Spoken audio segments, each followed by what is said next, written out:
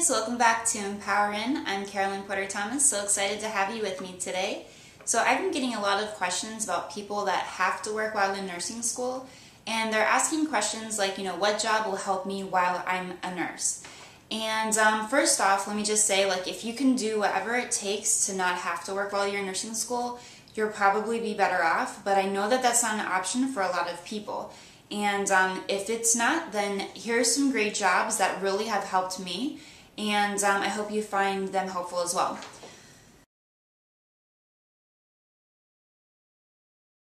So the number one job is working as a waitress, and I know that this might sound kind of weird because it has nothing to do with the health profession, but I worked as a waitress for probably about 2 years, and the skills that I learned from being a waitress helped me more with my job every day than any other job.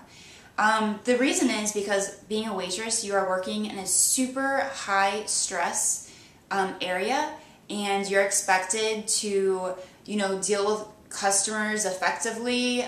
You have a lot of times you have to deal with very angry customers, and you still have to manage a lot. Time management is huge. You learn a lot of skills as to how to save time, how to multitask. I mean, the amount of things that a waitress has to do at any given point is crazy. But guys, it's the same as a nurse. The amount of things that you have to do at any given moment can just be absolutely absurd.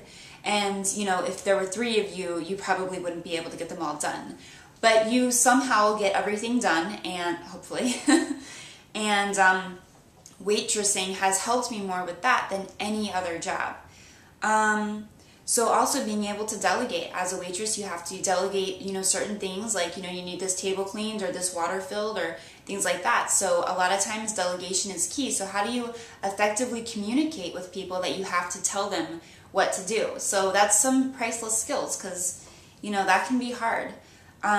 Customer service, I know I mentioned that before, but customer service, guys, we are pretty much in the customer service industry, because if you can make your customers, which is your patients, happy, then, you're just kind of less of a problem for, your manager and stuff like that. So, I mean, if you're the kind of nurse that's always having conflicts with the patients, it gets pretty old after a while. So if you can learn how to deal with patients and their family members effectively in a very high stress situation, then, you're just much more of an asset to the hospital. Believe it or not, even though the stakes at the hospital are much higher, at the restaurant, people can get very worked up if their plate is not the right temperature, or if you threaten to kind of ruin their, a social event that they're having. So the stakes are honestly just as stressful for some reason. So it's really interesting to see that. So, I do highly recommend, the waitressing if you do have to work. Also, the endurance. Waitressing is long hours, and you're on your feet all of that time. So how do you keep going? How do you take care of yourself during that time? What kind of foods can you eat? How can you hydrate yourself properly? So these are just, things that you can learn, and they will help you on the job.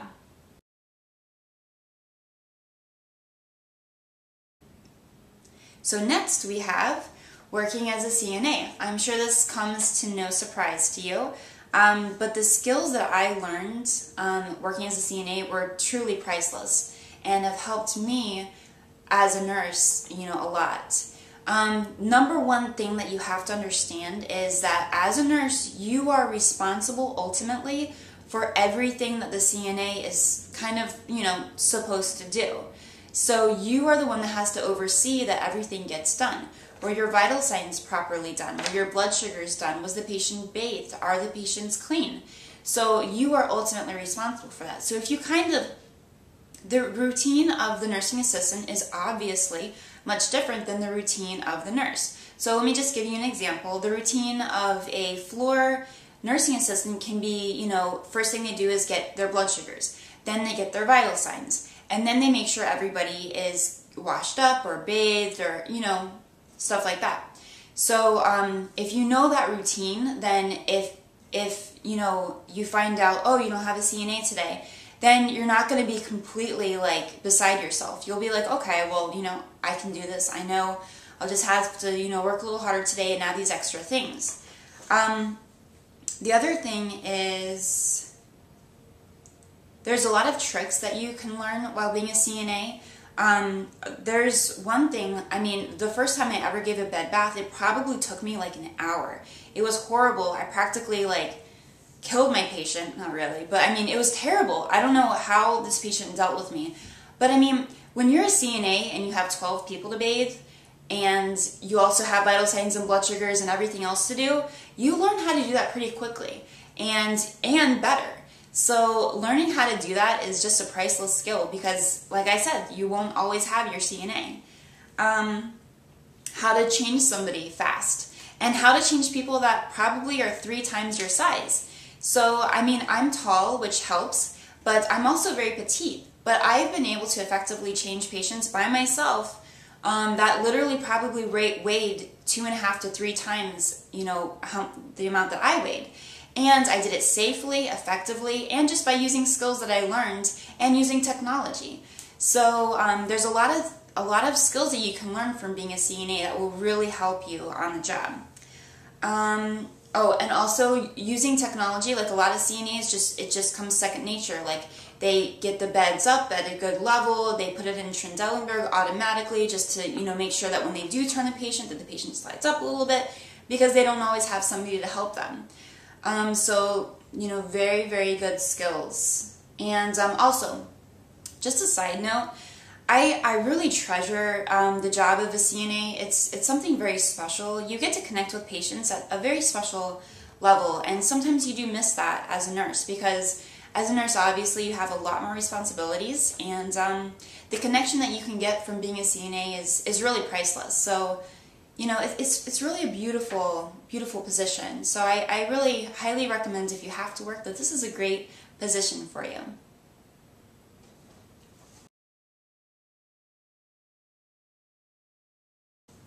Next thing, a job that I do find very helpful, these are jobs that I did not personally do, but I think would be very helpful, and that is to work as a phlebotomist. A phlebotomist is somebody that comes and basically collects blood samples for the lab. And what's good about this is a lot of times if you want to work in an ICU or an ED, an emergency department, a lot of times you are responsible for those blood samples, and so the better, it's a skill that does take time. A lot of people have great veins and they're easy, but when you have somebody that just doesn't have good veins and it's really hard to get a blood sample, this is a skill that will definitely come in handy.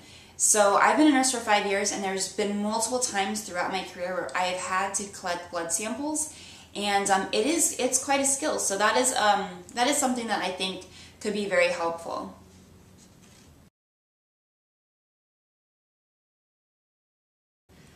Also, another skill is working as a telemetry technician. I recommend that because you're basically in a room and you have monitors everywhere, and you're going to be monitoring multiple patients, sometimes 20 to 50 patients, and you're going to be looking at their cardiac rhythms. And just knowing the skill of being able to read the cardiac rhythm it's a very good skill to have, because if you want to work on a telemetry floor or an ICU, you need to know this. And also it's quite interesting because you get to see a lot. Obviously you get to see patients become, go from stable to unstable. And you also get to see the effects that a procedure or a medication can have on the heart. It's quite interesting.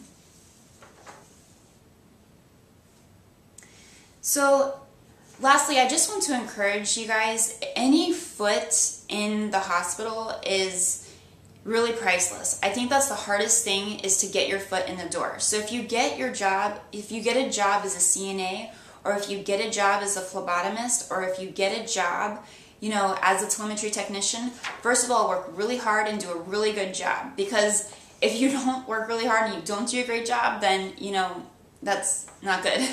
But if you do a great job, that's a foot in the door, and you are around people that, could help you get a job later on.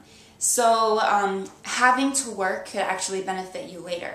So guys, keep up the good work, and super excited to see you again, and keep the questions coming. And I love you guys. I will see you soon. Bye.